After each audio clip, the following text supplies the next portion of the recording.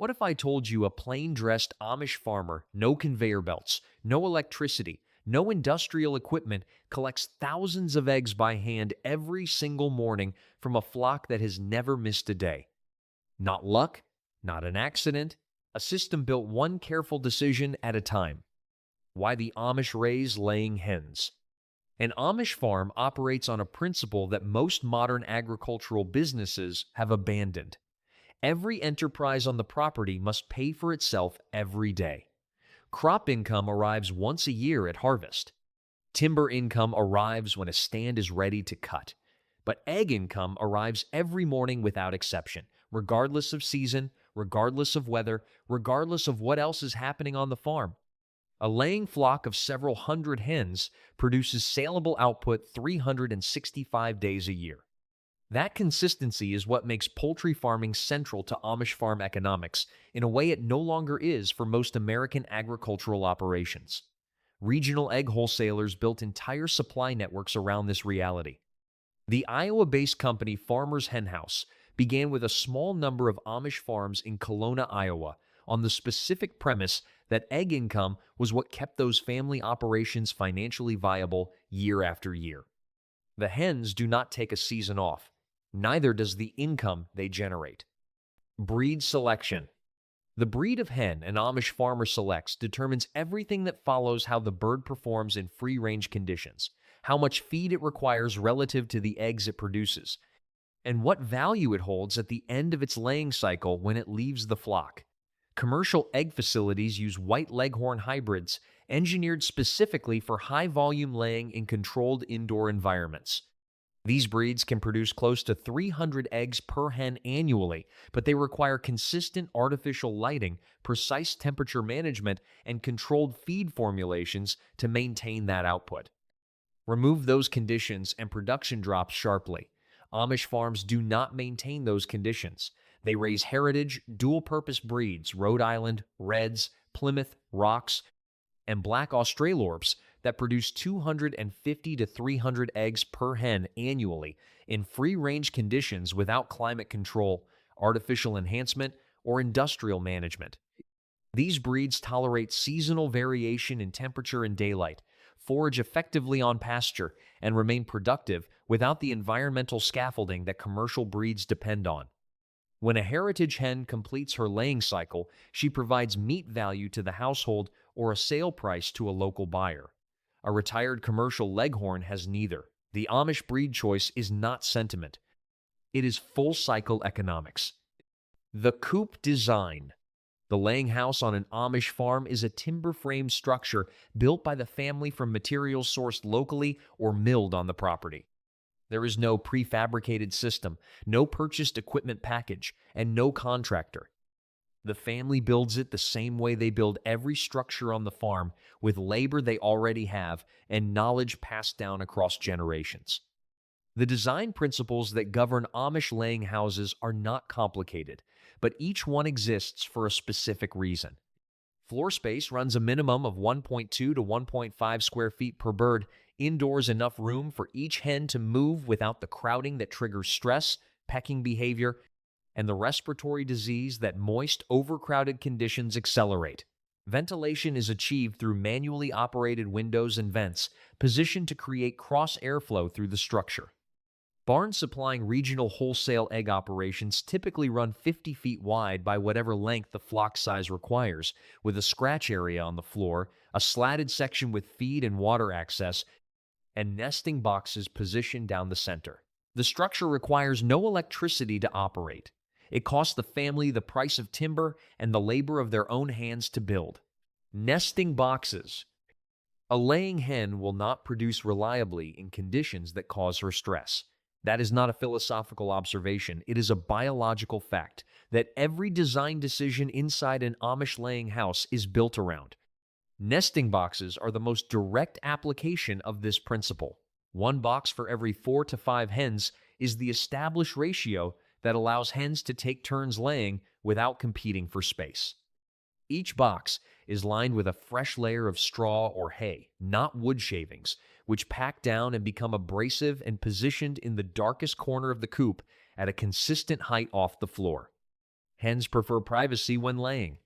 A dark, quiet, enclosed space triggers the instinct to settle and produce. A box that is dirty, exposed to high traffic, or positioned below the roost bars where droppings accumulate becomes a space hens avoid, pushing them to lay on the floor where eggs break, become soiled, and cannot be collected intact. After a hen establishes her laying habit in a specific box, she returns to that same location, consistently creating a predictable, manageable collection routine. The nesting box setup is simple. The effect of getting it right is thousands of clean, intact eggs collected on schedule every morning. Feed. Egg production is a nutritional process before it is anything else. A hen that does not receive adequate protein, energy, and calcium cannot produce eggs at the rate her genetics allow, regardless of coop design, breed quality, or management routine. Amish laying hens eat a base diet of corn and wheat grown on the farm or purchased in bulk directly from grain suppliers, supplemented by natural foraging from pasture during daylight hours.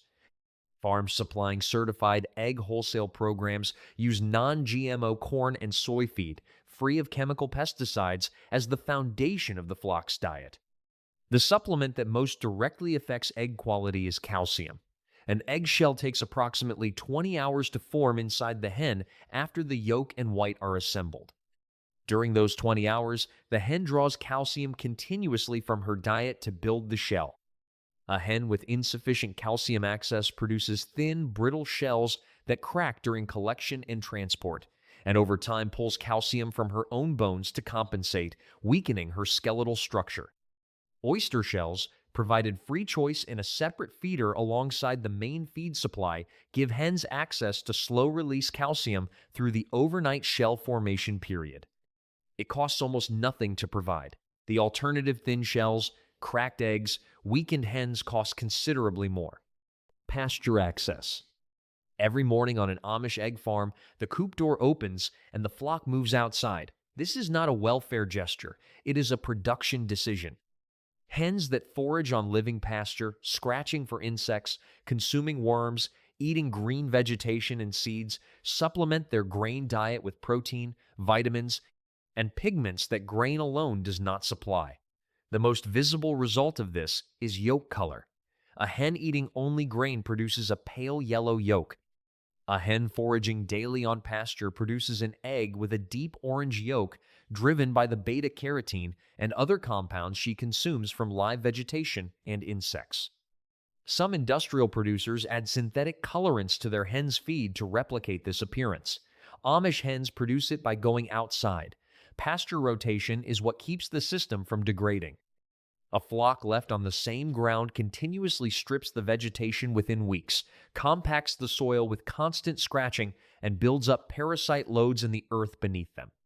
Certified pasture-raised operations provide each hen with a minimum of 108 square feet of outdoor space larger than an average bedroom, and move the flock to fresh ground on a regular rotation schedule that allows grazed land to recover before the flock returns. Light management. Egg production is governed by light. A hen's reproductive system responds to increasing day length, longer days. Trigger laying, shorter days reduce it. The commercial egg industry solves this through artificial lighting, running precisely timed 16-hour light cycles year-round, regardless of season, maintaining constant peak production through winter months when natural daylight falls below the threshold hens require. Amish farms that avoid electricity do not have this option. Their approach divides into two practical strategies. The first is acceptance of seasonal variation, higher production through spring and summer when daylight is long, reduced production through the shorter days of late fall and winter. Many Amish farms manage this not as a problem but as a natural production cycle, using the lower output winter months for coop maintenance, flock evaluation, and preparation for the spring peak. The second strategy, used in more progressive Amish communities that permit certain non-electric lighting, involves kerosene or propane lamps positioned inside the coop to extend effective daylight hours through winter. A small amount of additional light, as little as one incandescent equivalent per 100 square feet of coop space, is sufficient to maintain laying through the months when natural light alone would reduce production significantly. Both strategies produce consistent annual output. The method varies by community, the result does not. No medicines. Maintaining a flock of several hundred or several thousand hens without routine antibiotic use requires the conditions that make antibiotics unnecessary. Disease pressure in a poultry flock escalates from three primary sources: overcrowding, moisture, and stress. Address all three, and the flock remains healthy through management alone. Amish laying houses are built with the space ratios that prevent the crowding-triggered pecking, feather loss, and immune suppression that make disease spread inevitable in densely packed commercial flocks. Dry bedding replaced before moisture builds to the point where bacterial and fungal growth begins eliminates the primary breeding ground for the respiratory pathogens that move fastest through confined poultry. Pasture access reduces the behavioral stress that confined hens in windowless barns develop into chronic conditions. Daily observation by the farmer provides the early warning system that pharmaceutical intervention exists to compensate for when observation is not possible at industrial scale. An Amish farmer walking their flock each morning notices the hens standing apart from the group, the reduction in feed consumption, the change in droppings, before those signs become a flock-wide outbreak. One sick bird removed and separated does not become 200 sick birds requiring intervention. The system that keeps Amish hens healthy without antibiotics is not complicated. It is attentive, collections, and storage. Eggs are collected by hand once or twice daily on an Amish farm morning and again in the late afternoon on farms with larger flocks where a single daily collection would leave eggs sitting in nesting boxes long enough to accumulate body heat and begin degrading. The collection process requires nothing more than a basket, clean hands, and a consistent routine. Hens that are disturbed infrequently at predictable times establish laying schedules around the collection routine. Hens disturbed constantly or irregularly produce the same eggs less predictably and break more of them reacting to disruption. After collection, eggs are held in on-site cold storage until pickup or sale. Farms supplying regional wholesale networks like Farmers Hen House maintain a designated refrigeration area on the property where collected eggs are stored between the farm's daily production and the wholesaler's weekly pickup. Truck. Farms without electric refrigeration use spring houses, small stone structures built over cold running water, or cool basement storage that maintains consistent below 60-degree temperatures sufficient to preserve egg quality through the collection window. The system is the same whether the farm is selling to a neighbor, a roadside stand, or a regional distributor covering a multi-state territory. Eggs collected clean, kept cold, and moved quickly maintain quality across every scale of operation.